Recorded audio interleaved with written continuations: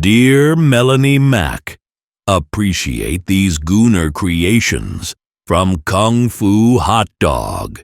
Today, gentlemen, I hold my invisible tankard of beer to slam it in honor of Kingdom Come and Deliverance 2.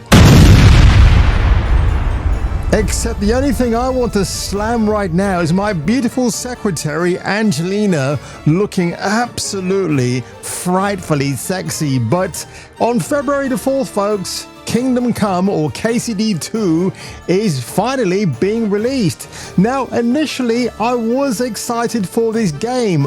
I was sticking up for Warhorse Studios because they're the same people that, when the first KCD was released, they got attacked. How dare you not include diversity? How dare it's a mainly white video game because it's set in medieval times, in medieval Europe. Oh, I don't know why, but apparently now, and they have a diverse NPC who is a trader in the game that is passing through the regions. And be careful when I say that, because you know exactly when I say regions, exactly what I'm referring to. But no, this is a bit of a strange one that I've not been able to talk about this topic because I was offline for 3 days last week. But I want to talk about it now because there's been a lot of hyperbole, a lot of suggestive things that might or might not appear in this game. I've been watching a lot of videos and from reliable people who have said otherwise, but I want to get into this because the code of conduct regarding KCD2 is just one of the most mind-numbingly boring things I have ever seen.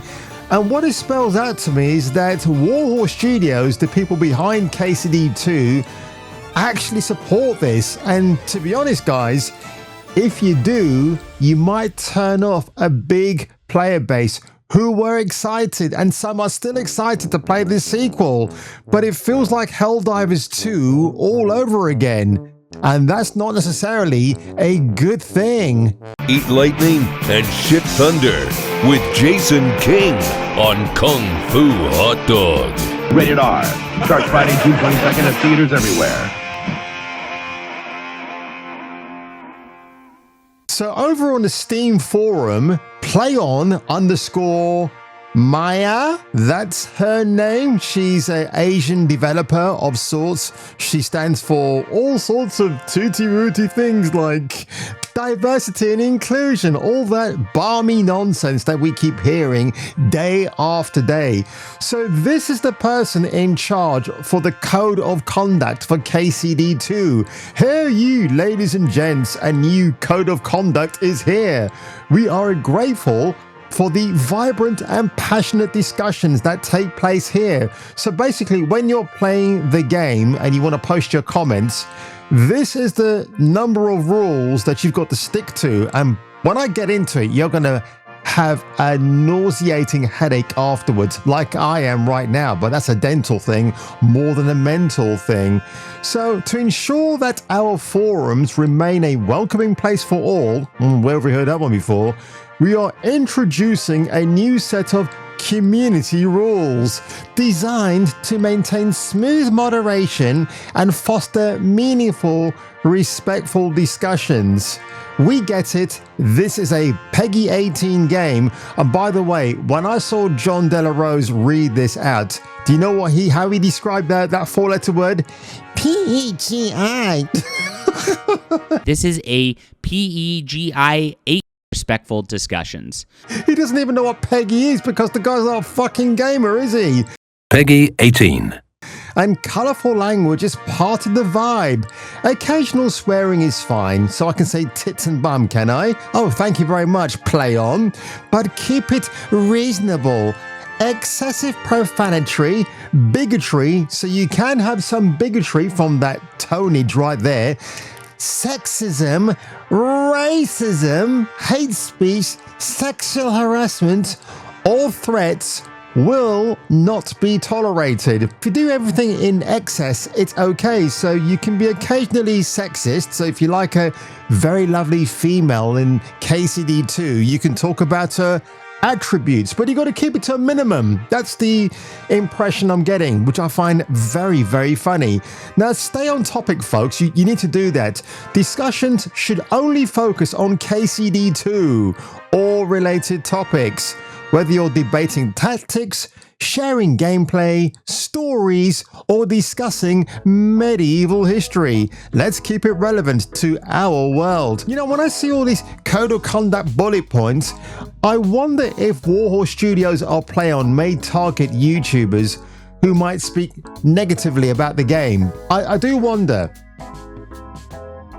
Keep it clean, avoid profanity, not safe for work content, or anything that violates common decency. This is a space for all adventurers. But in the game, you get to have specific heterosexual, possibly gay relationships, because the first game has a gay character in it, and that's absolutely fine. I've got no problem with that whatsoever. And it's really funny because Melanie Mack, the Jesus Bible freak, she even defended gay people in 2018, which I thought is very funny considering her stance now, where she's very anti-LGBT, very anti-everything, which is like, that's the thing with Melanie Mack, right? I'm going off tangent here, but I gotta say this, folks. When it's good for her, she's gonna preach about it. When it's no longer relevant, she'll just speak against it. That's what she does. No spam or self-promotion, so I guess you can't plug your YouTube channel here. That's such a shame. But look at this, folks. There is like 5 bullet pointed headings here. The first of which is zero tolerance for discrimination. 1.1. I mean, she's actually writing this like it's an official document. Racism, prejudice or hostility based on race or ethnicity. 1.2. Sexism, discrimination or hostility based on gender or sex. And my favorite one, because it's sticking out like a sore thumb, is 1.3. Homophobia and transphobia. Hatred or prejudice directed at LGBT plus individuals. They've even got one for ableism. So that's the thing that Alana Pierce talked about, right? About there are long-term disabilities. There are situational disabilities. She's likening it to that. It's so funny. Classism. When do people talk about their class anymore? This woman is seriously out of touch. Body shaming. Well, I like to body shame. That's why they removed Nathan Drake's Donut Drake from Uncharted 4, because they didn't want to offend fat players. Oh, give me a effing break. No hate speech or harmful ideologies. When you go back to LGBT, then what would you call that? Maintain civility in debate. Consequences for violations, which includes temporary or permanent banning users from the forum. Reporting and moderation. This is such a ton of bullshit, honestly. When I see this list of rules here, why on earth, and I've got to ask the question, why on earth would you want to play KCD2, right? I mean, I wouldn't want to at this stage. I mean, yeah, I would. I'm trolling. Of course I want to play the game. I guess the best thing to do is not to partake in the forum. That's just the simplest way out of it. Again, even Yahoo News is reporting on it as well. They can't wait to talk about how they're going to curb toxic behavior, because what I think is the worst thing about the situation, and I actually made a tweet on PlayOn as well, actually I mentioned this, where I said to them online that, you know what, guys, if you do this, you're going to alienate your player base. You're absolutely going to do that. Yeah, you don't have to take part in the actual forum, but if you do, you're doing it at a risk. And I think that's a really terrible precedent to set. You shouldn't be doing that at all. I have a funny feeling this thing is going to be like another Helldivers 2 situation when their community manager spits, or just spitting all over like Bob Carroll, he can spit the dog. I'll tell you something now. Do you know, Chris didn't think it was funny last week. What do you think of that? I should think so. At fans and players who dared to say don't have LGBT flags in the game, which of course, if you're fighting against tyranny like bugs, why on earth would you want to do that, right? PlayOn is followed by Tim Willits. He's one of the guys from Saber Interactive, okay, along with Matthew Karch for Space Marine 2. But when you go to Saber's own website and their code of conduct, it's less kerfuffle. There's 11 points, not 1.1 or 2.2, all that nonsense. And it's very basic. Conduct, integrity. When it comes to employees, we promote diversity, fairness, and respect. They don't specify ableism or any kind of nonsense to make their point be heard, because they trust the audience is intelligent to know what is and what isn't great to say within a workplace. So Saber Interactive so far have gotten that right, and I'm very grateful that they're sticking to common sense, because with Donald J. Trump being re-elected as President 47, he's bringing back common sense, and I'm grateful for that. But honestly, folks, when I see this, and when you watch Daniel Vavra, the CEO, one of the CEOs of Warhorse Studios, even going after YouTube content creators who dare to predict that, first of all, pre-orders aren't that high for KCD2, and they might be ordering refunds because this ridiculous code of conduct policy is turning off players.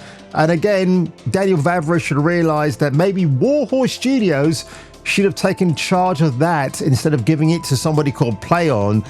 It just sounds ridiculous, because Daniel Vavra, if you don't know, he's the guy that wears the t-shirts that says he's based, and he's got all these mocking statements about cisgenderism and all that kind of stuff, which I would wear a t-shirt like that myself. But honestly, he's not making himself looking like the good guy at the moment for players. I think people will still play this game in the droves. I did say at the beginning of this video that there's meant to be an unskippable same-sex scene, because apparently Saudi Arabia were going to ban this game on those grounds, but someone who's played the game, according to Grums, has said no, there's no wokeness in the game, there's no skippable scenes, there's no homosexuality in it. But then Warhorse Studios have said, well, you can play the game as a straight person or as something else, and that's entirely your choice. It is an RPG after all. So I wanted to lead character of Henry can be switched from a straight guy, as he was in the first game, to a gay guy in the second. It's a very bizarre thing not to confirm or deny, and I find it very strange that Warhorse Studios would actually take this kind of stance. It's so ridiculous. But now, folks, you know, when you buy a video game, it's not like the 90s when you had the Sega Dreamcast or the Mega Drive. You just buy a game because the package appeal to you is so great. Golden Axe, Streets of Rage, Altered Beast, all these games, right? You buy them without any worry because the packaging told you what you were going to play. But now, before you buy a game, you've got to question its identity politics. Is it going to cost too much? How long does it last for? Even Call of Duty is seeing a hit in popularity because it decides to do things like, we're bringing in the first trans character, non-binary, and no one gives a shit, basically, because we didn't ask for a Call of Duty game to embrace modern day politics. But on that one, folks, if you enjoyed this video today, leave a like below, smash the like and subscribe button, and I'll catch you catching me for the return of the next video.